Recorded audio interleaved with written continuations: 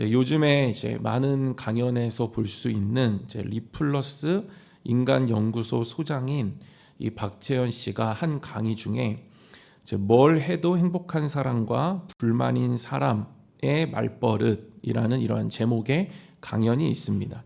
여기에 중점을 두고 있는 내용은 무엇이냐면 이 자기 신념 체계에 대한 이제 건강성입니다.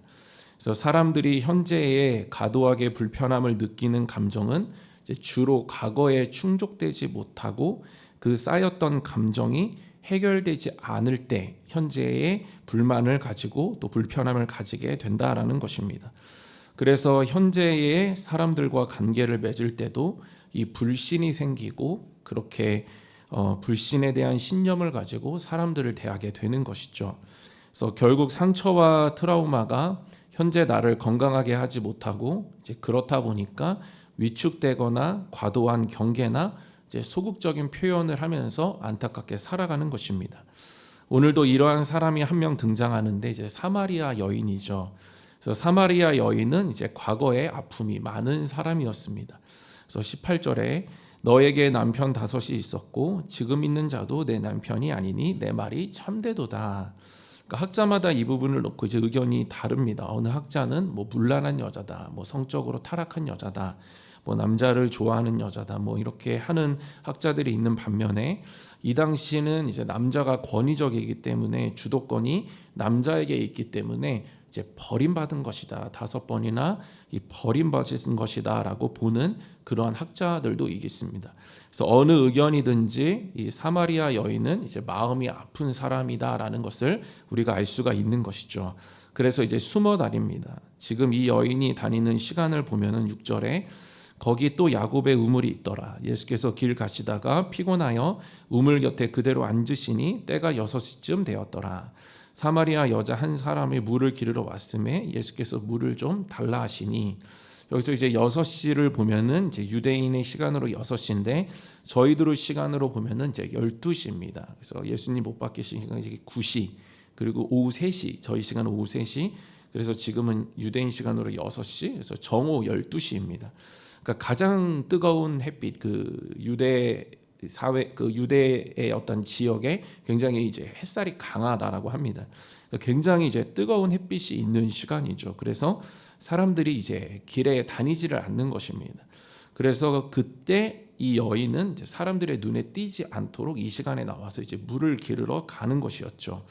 그리고 예수님을 만났을 때도 경계합니다. 그러니까 물을 좀 달라 그러는데, 그러니까 물을 주면 되는데 이렇게 물을 그냥 이렇게 경계하는 것이죠. 왜 나한테 그걸 달라고 하면서 이제 경계하는 것입니다.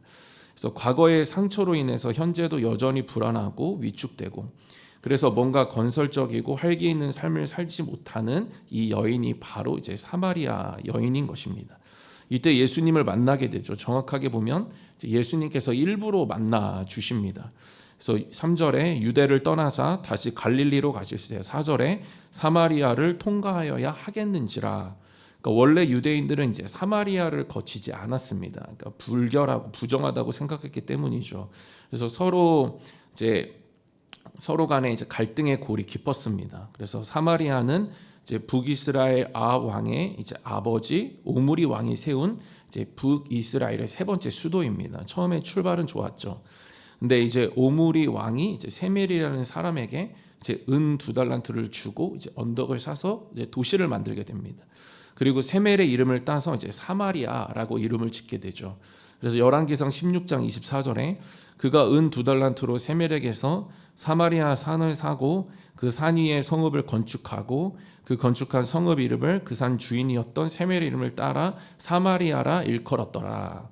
근데 계속 돌아오라는 하나님의 촉구에 결국에 이스라엘은 불순종하게 되고 결국 기원전 722년에 아수르에서 이제 멸망하게 됩니다.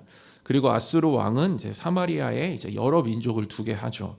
그리고 북이스라엘 사람들은 이들과 이제 혼인하게 됩니다. 그러니까 이들은 그들의 문화를 따라서 또 우상 숭배하게 되죠. 그래서 열왕기하 17장 24절에 아수르 왕이 바벨론과 구다와 아와와 하맛과 스발와임에서 사람을 옮겨다가 이스라엘 자손을 대신하여 사마리아 여러 성읍에 두매 그들이 사마리아를 차지하고 그 여러 성읍에 거주하니라. 그러니까 결국 사마리아인들은 혈통의 순수성과 이 신앙의 본질이 흐트러진 그러한 혼합 민족, 혼혈 민족이 된 것이죠. 그래서 남유다 사람들은 이 순수 혈통을 중요하게 생각했기 때문에 이방인들과 피가 섞이고 우상 숭배하고 있는 그러한 사마리아인들을 이제 경멸하게 된 것입니다. 또 그런 경멸을 받은 사마리아인들도 이제 분노가 치밀어 오르고 막 하니까 이제 경계심을 갖게 되는 것이죠. 그래서 남유다 사람들은 이제 이 북이스라엘 이 사마리아 사람들을 이제 유대 신앙의 변질로 보았고 이제 배교자로 여겼습니다. 그래서 이제 북쪽으로 막 이동을 할 때 유대인들이 사마리아를 거쳐서 가면 빠른데 요단강 건너편 이 베레아 지역으로 이렇게 우회를 해서 가게 됩니다. 그러니까 이들의 갈등이 더 심해진 계기가 있었는데 이제 이들이 자체적으로 성경을 만든 것입니다. 그러니까 이들이 사마리아 안에 이제 막 이렇게 고립되어서 살다 보니까 이제 본인들이 뭔가 예전에 섬겼던 하나님은 있고 뭐 그러니까 뭘 해야겠다고 생각이 됐는지 이제 모세 오경을 자체적으로 만듭니다. 그래서 사마리아 오경이라는 게 있습니다. 그리고 자체적으로 예배를 드리기 시작합니다. 그래서 이제 이렇게 포로로 끌려가는 그 제사장들 중에서 남유다 제사장들 중에서 이제 그 좀 포로로 가고 싶지 않은 그래서 이렇게 좀 그래서 그러한 제사장들을 이제 사마리아에서 이렇게 데리고 그러니까 받아들여 주는 것이죠. 그래서 우리 함께 지냅시다. 그래서 이제 타협하고 들어간 제사장들이 있습니다. 그 남유다의 그 제사장들을 중심으로 해서 이제 자체적으로 말씀도 만들고 그리고 자체적으로 이제 예배를 드리기 시작한 것이죠.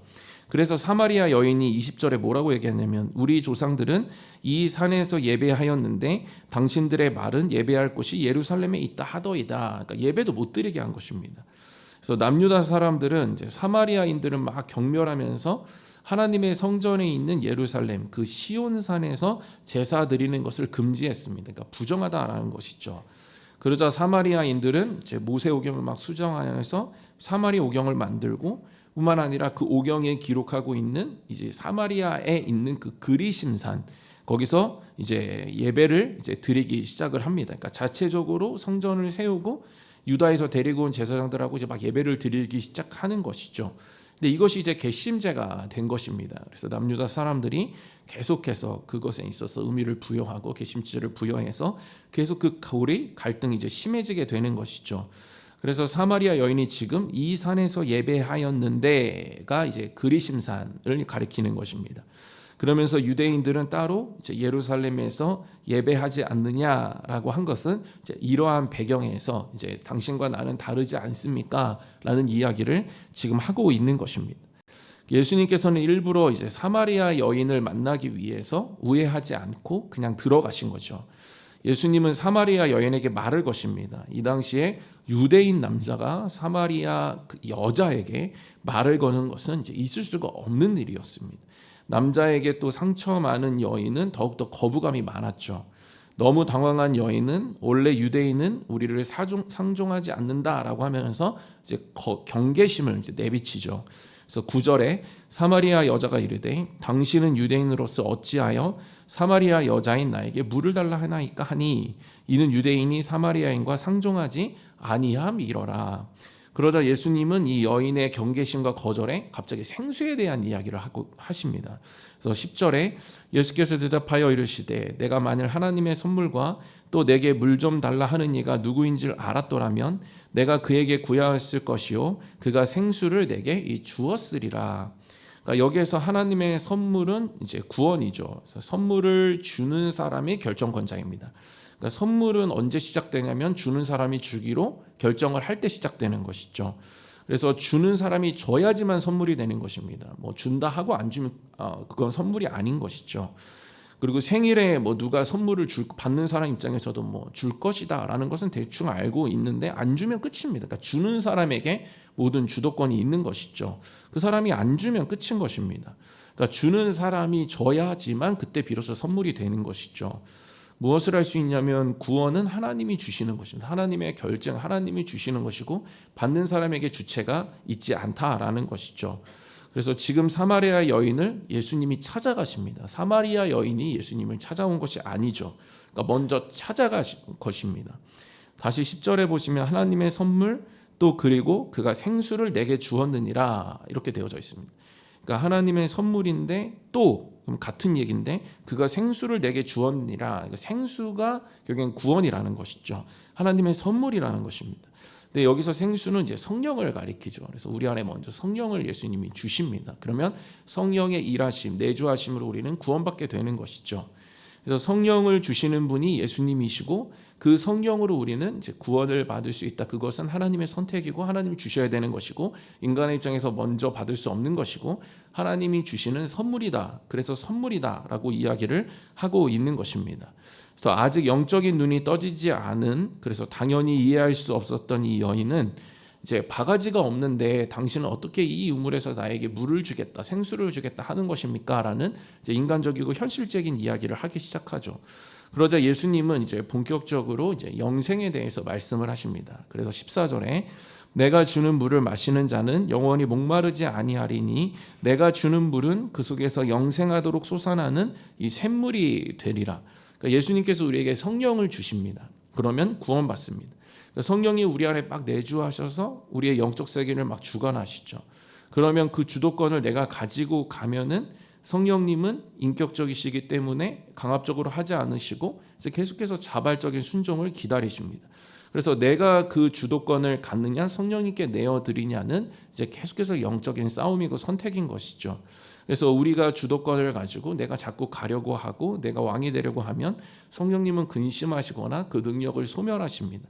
그러나 우리가 성령에게 그 영적 세계를 계속 내어드리면 우리는 그 지배 아래서 계속해서 그 성령의 일하심 속에, 그 성령의 부어주심 속에 목마름을 해결받고 영원한 생명으로 그 확신 속에 계속해서 믿음으로 살아갈 수가 있는 것입니다.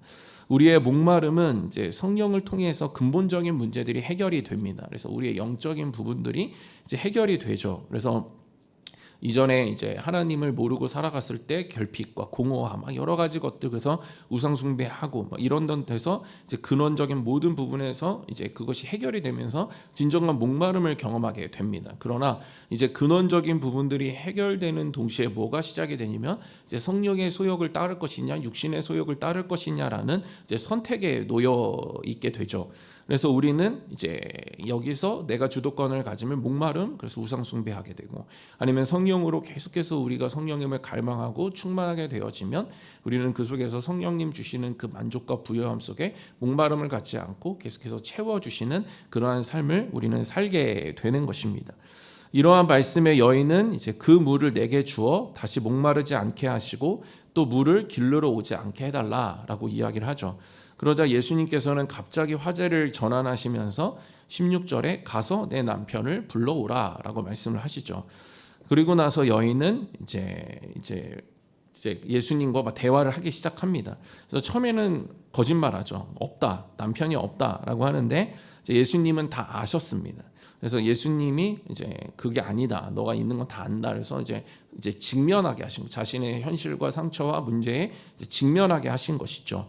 그래서 예수님께서 이렇게 하신 것은 죄를 드러내시기 위해서 그렇게 하신 것이 아니라, 정죄하시기 위해서 그렇게 하신 것이 아니라 자신의 문제에 직면하고 그 예수님의 대화를 통해서 치유해 주시기, 회복시켜 주시기 위해서 그렇게 하신 것입니다.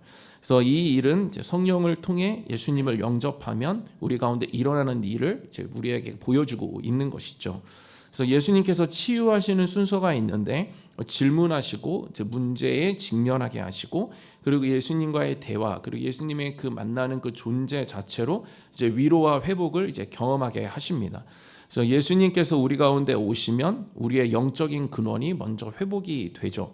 그래서 병들고 상처받던 심령이 살아나고 회복됩니다. 그리고 신앙생활을 하면서도 여전히 우리는 상처받고 여전히 힘들죠.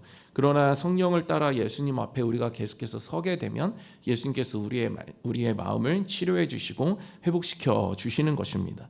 후에 여인은 이제 상처가 치유된 모습을 보여줍니다. 28절에 여자가 물동이를 버려두고 동네로 들어가서 사람들에게 이르되, 물동이를 여기서 버려두고는 목마름이 해결되고 이제 다른 것으로 채우지 않으려는 이제 상징적인 표현이죠.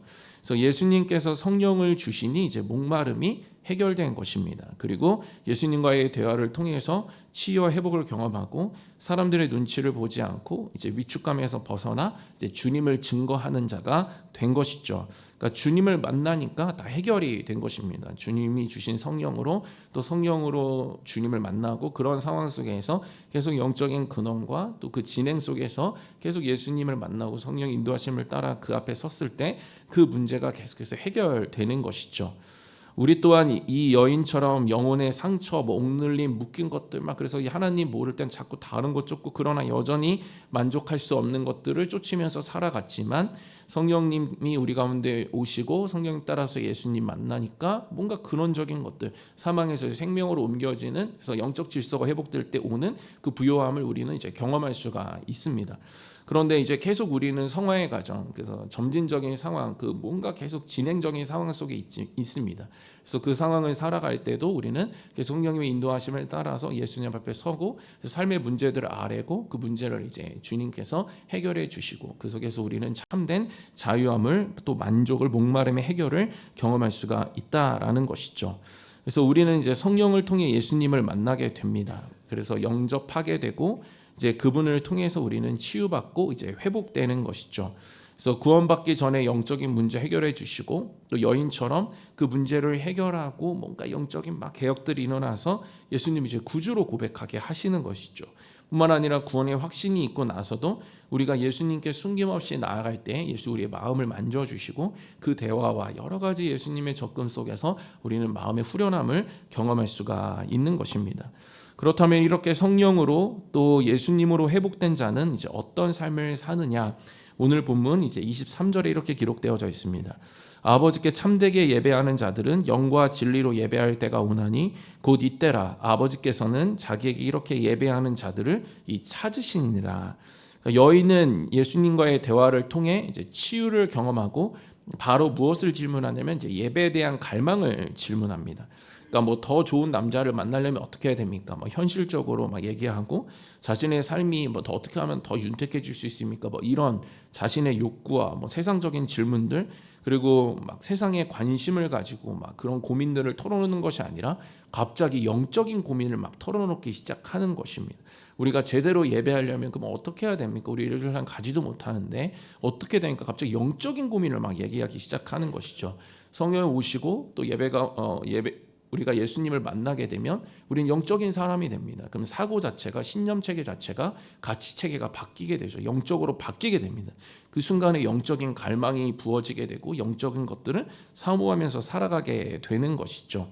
그것을 이제 영감이라고 하는 것이죠. 영감. 그래서 영적으로 감각이 생기는 것, 깨달아지는 것입니다. 그래서 우리가 영적인 사람이 되면 영감이 생기고 그 영적이 굉장히 민감하게 되어져서 영적으로 느끼는 그래서 하늘의 신령한 복들을 받아 누리는 복된 신앙생활을 할 수가 있는 것이죠. 그래서 예수님이 주신 성령이 우리 가운데 계시면 성령님과 같은 이제 고민을 하게 되는 것입니다. 그러니까 성령이 계시면 성령님을 따라서 예수님께로 나아가면 그 성령님과 그 예수님으로 우리가 충만하여지면 그분들이 하시는 고민을 같이 하면서 살아가는 것이죠. 그분들이 이제 주관하시기 때문입니다. 그래서 영적인 고민을 하게 되고 그렇다면 그 성령과 예수님을 통해서 하나님께 우리가 나아가서 어떻게 하면 더 나은 예배를 드릴 수 있을지를 고민하게 되는 것입니다. 그래서 23절에 보면 영과 진리로 예배한다라고 되어져 있죠. 그러니까 여기서 영은 이제 성령 그리고 진리는 이제 예수님을 말합니다. 그러니까 뭐 이 진리를 성경 말씀이라고도 하지만 이제 결국 성경이 말하는 것은 예수님입니다. 성경이 드러내는 것은 예수 그리스도시죠. 그래서 진리를 뭐 예수님 말씀 이렇게 보면 됩니다. 근데 성령과 예수님으로 예배한다라는 것은 이제 장소의 구애를 받지 않는다라는 것이죠. 그러니까 예수님께서는 장소가 아니다라고 21절에 말씀하십니다. 예수께서 이르시되 여자여 내 말을 믿으라.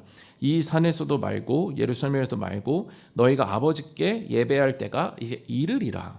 그러니까 예수님께서 이제 십자가 사역 감당하시고 부활하셔서 그리고 승천하시고 성령님 보내주시면 그 성령으로 우리는 예수님을 통과해서 하나님을 아버지로 바라보고 이제 하나님을 예배할 수 있게 되어진다라는 것이죠. 그래서 우리가 성령이 충만하여서 예수님께 인도를 받으면 그 예수님 앞에 섰을 때 누가 보이기 시작하면 하나님의 아버지로 보이기 시작하고, 그분 앞에 우리는 예배하는 갈망을 느끼고 그 앞에 엎드려서 참되게 예배하는 그러한 영적인 생활을 할 수가 있다라는 것입니다. 성전의 휘장이 찢어졌고, 그렇다면 이제 누구나 하나님께 나아갈 수 있는데 누가 그렇게 할 수 있냐면 선물 받은 자가 그렇게 할 수 있다라는 것이죠. 이 구원을 선물로 받은 자는 성령님과 예수님으로 가능해졌고, 그래서 우리는 계속해서 성령님과 예수님을 의지해서 구원을 베풀어 주신 분 앞에 나아가 그분을 참되게 예배하는 그러한 사명이 같이 주어지는 것입니다. 그래서 우리는 성령으로 목마름이 해결되었지만 이제 성령님을 잘 모시지 못할 때가 있죠. 그래서 다시 목마름을 느낄 때가 있습니다. 결핍이 생기고 공허함이 생기고 마음의 허함이 생기고, 그래서 무엇이 중요한가 하면 이제 예배가 중요한 것이죠. 그래서 예배를 잘 드려야 됩니다. 그러니까 본문이 주는 메시지는 무엇이냐면 이 진행 과정을 살아가고 있는, 그래서 이 전짐적인 어떠한 계속 뭔가의 과정을 살아가고 매일을 살아가고 있는 우리에게 진정한 목마름을 해소해 줄 수 있는 것은 뭐냐면 예배다라는 것을 우리에게 가르쳐 주고 있는 것이죠. 그래서 예배를 드리기 전에 우리가 정말 이 토요일을 어떻게 보내는가는 굉장히 중요합니다. 그래서 어제 이제 무엇을 했는가가 결국엔 오늘의 예배를 결정하는 것이죠. 그래서 영과 진리로 예배를 드리라고 했는데, 만약에 영과 진리가 없다면 그것에 대한 뭐 사모함도 없고 갈망도 없고 뭐가 뭔지도 모르고 그냥 뭐 죄에 막 공허함에 막 살다가 그냥 이 자리에 딱 앉아서 있으면 그냥 영과 진리가 회복되지 않은 채 드리는 예배는 무언가 좀 애매하다라는 것이죠. 그러니까 이제 예배의 능력을 경험하지 못하는 것이고, 그렇다 보니까 계속 매일의 삶에 쳇바퀴 돌듯이 그냥 뭔가 허무한 신앙생활을 해도 성장도 없고 뭐 그러한 삶을 계속 살아가게 되는 것입니다.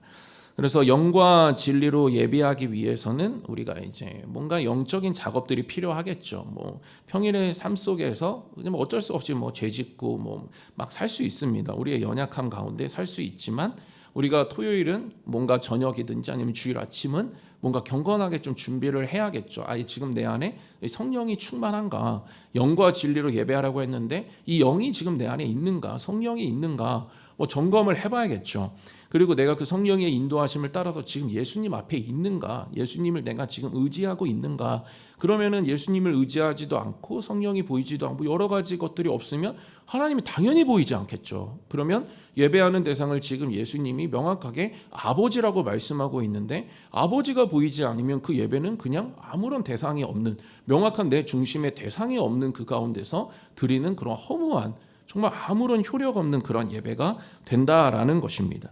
그렇다 보니까 늘 이렇게 뭔가 없는 거예요. 그러니까 뭐 갈망도 없고 집중력도 없고 뭐 그냥 뭐 자꾸 딴 생각 나고, 끝나고 뭐 하지, 뭐 먹으러 가지, 뭐 딴 뭐 가족 생각 나고, 뭐 계속 뭐 이상한 막 계속 뭔가에 그 잡다한 생각이, 왜냐면 앞에서 영과 진리가 없으니까 자꾸 나의 어떠한, 그러니까 나로 예배드리니까 자꾸 나의 지배를 계속 받는 것입니다. 그러니까 그 안에 뭔가 영적인 것들이 심겨지지 않고 뿌리도 내리지 않고, 심어지는 것이 없으니까 뿌리 내리는 것도 없고, 그렇다 보니까 뭔가 자라는 것이 없고 매일 똑같은 그 자리를 지키고 있는, 겨우 그냥 그 자리 그냥 지키고 있는 그러한 수준에 머물게 된다라는 것이죠. 그래서 우리가 정말 이 예배의 지각도 다시 한번 생각을 해봐야 되는 거예요. 정말 예배의 지각을 하는 것. 그래서 제가 한 가지를 예전에 제가 이제 청년 때 한 가지 깨달은 것은 뭐냐면, 영과 진리로 예배하는 것이 정말 무엇인지를 정말 심각하게 고민한 적이 있었습니다. 그래서 제가 만들어 놓은 영적인 장치가 뭐냐면 찬양 10분 전에 오는 거예요. 그러니까 저희가 50분에 들어가니까 저는 40분까지. 그래서 저는 미리 가요. 미리 가서 뭐 토요일 날 준비를 뭐 해도 좋지만, 주일 아침에 해도 좋지만, 뭐 그것이 불가능하다, 뭐 분주하고 바쁘다, 뭐 그렇다라고 한다면 예배에 지각하지 않고 그냥 10분 전에 오는 겁니다. 찬양 10분 전에 와서 영과 진리를 고민하는 거예요. 갈망하는 것이고 내 안엔 점검하는 것이고, 그래서 성령이 있느냐, 내가 지금 성령의 인도하심을 따라서 예수님께로 나아가고 있느냐, 예수님 의지하고 있느냐, 그 십자가를 통과해서 부활의 감격을 가지고 지금 하나님을 아버지를 예배하고 있느냐, 이것들을, 이 영과 진리를 점검해야 된다는 것이죠. 그럼 영과 진리를 점검하지도 않고 그 안에 있지도 않은데, 그럼 도대체 지금 드리는 예배는 무슨 예배냐라는 것이죠. 대상이 도대체 보이느냐, 아니면 대상이 느껴지느냐, 지금 대상이 맞느냐, 이거 잘 모르겠다라는 것입니다. 그래서 10분 전에 와서 좀 갈망하고, 뭐 이렇게 지금 저희들이 막 10시 10분에 모여서 기도하는데, 그때 와서 또 기도하고 뭔가 영과 진리를 계속 점검해야 하고 갈망하고 다시 회복시켜 주시면, 그 영과 진리를 따라서 다시 성령님, 예수님께로 날 인도해 주십시오. 그래서 예수님께로 인도함 받아서 또 그렇게 예수님 의지해서 하나님 앞에 나아가고, 성부 하나님 앞에서 그분이 나에게 베푸는 선물이 너무 감사해서 막 예배, 막 그런 중심을 드리고, 막 이러한 뭔가가 좀 있어야 된다라는 것입니다. 성령이 충만해야지만, 다시 예배 전에 와서 성령이 충만해야지만, 그때서야 비로소 영안이 다시 회복되어지고 예수님 보이고, 그래서 그 영감, 그래서 영적인 감각이 다시 회복되어지고, 막 그래서 영과 진리로 우리가 하나님 앞에 선물을 베풀어 주신 그 주님께 우리가 예배할 수 있는 것이죠. 그럼 대상이 명확하다 보니까, 대상이 명확하면 그 대상이 주는 것에 있어서 그대로 받게 되겠죠.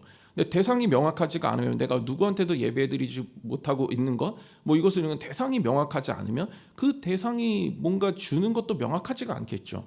그러나 우리가 하나님께 예배하는 것이 그 대상이 명확하면 그분께서 주시는 은혜를 우리가 그 온전한 관계 속에서 계속 깨닫고 채우고, 그것을 은혜로 깨닫고 그 풍성함과 부요함과 그 목마름이 해결된 것들을 가지고 이제 나아갈 수가 있는 것입니다. 성령을 갈망하고 우리가 충만할 때 자꾸 점검하고 기도하고 준비하고, 이 영과 진리로 내가 어떻게 예배할 수 있을지 날마다 고민하고 깨어 있을 때에 예수님이 더 선명하게 보여지게 되어지고 믿어지게 되는 것이고, 그분의 하신 일들이 막 믿어지고 확신되어지고 감격이 되고, 아, 그분이 도대체 그 수고를 왜 하셨는가, 아, 하나님께 내가 온전히 나아가도록 하시기 위해서 그렇게 하셨다. 그러면 그분이 그 수고와 헌신과 희생이 헛되지 않기 위해서 내가 그분을 통해 그분의 목적, 그래서 하나님께로 나아가야겠구나라는 그러한 결정 가운데서 우리가 행해야 된다라는 것이죠. 그래서 그분이 하신 일, 나에게 행하신 구원의 일들이 영과 진리를 점검할 때 또 명확해지고, 그러면 그것이 은혜가 되는 것이죠. 아, 그분이 정말 나를 이렇게 하나님께로 초대하기 이 수고를 하셨구나, 그리고 선물을 주셨구나, 결국에는 예배 잘 드리라고 그런 거 주셨구나 라고 하면, 그 목적을 깨달았으면 그것을 헛되지 않게 하기 위해서 더 예배하는 일에 힘쓰고 애쓰고 노력하게 되는 것입니다. 말씀을 마무리하겠습니다. 작고 연약한 우리, 그 사마리아 여인처럼 연약한 우리에게 이제 예수님은 찾아오셨죠. 그래서 하나님이 성령을 이제 또 예수님을 선물로 주셨습니다. 그러니까 사마리아 성을 굳이 통과하신 이유는 구원의 경계를 이제 허무신 것이죠. 그러니까 유대인에게만 갇혀 있는 구원이 아니라 이제 이방인에게까지도 구원이 있다라는 것을 알려 주신 것입니다. 그러니까 이방인인 우리에게도 이제 예수님 찾아오셨죠. 우리 안에 성령을 주시고, 그 성령님은 예수님을 만날 수 있도록 계속해서 우리를 인도해 주십니다. 그래서 그 앞에서 어떻게 되냐면 하나님을 모시게 되고 하나님 앞에 서게 하고, 그리스도는 우리를 그런 일을 하시는 것이죠. 그래서 하나님 앞에 서게 하고 우리는 그 하나님 앞에 선물 주신 것을 감사하고 감격해서 그분께 예배하게 되는 것이죠. 그랬을 때 그 목마름, 세상에서 다시 생겼던 그 목마름이 영과 진리로 예배하고 하나님 앞에 섰을 때 그 영적 질서가 다시 회복시켜 줄 수 있는 그 목마름의 그 해갈, 그것을 우리는 경험하고, 그래서 다시 영적인 만족과 풍요로움을 가지고 그렇게 다시 세상으로 뛰어가 하나님의 사람답게 살아갈 수가 있는 것입니다. 저는 저 여러분 모두가 날마다 예수님이 주신 성령으로 그 목마름이 해결되고 예수님 만나서 치유받고 회복되고, 그래서 영과 진리로 하나님을 더욱더 온전히 예배하는, 그래서 세상이 줄 수 없는 그 풍요로움, 그 해갈, 그 부요함을 경험하시는 저와 여러분들 모두 되시기를 주님의 이름으로 축원드립니다.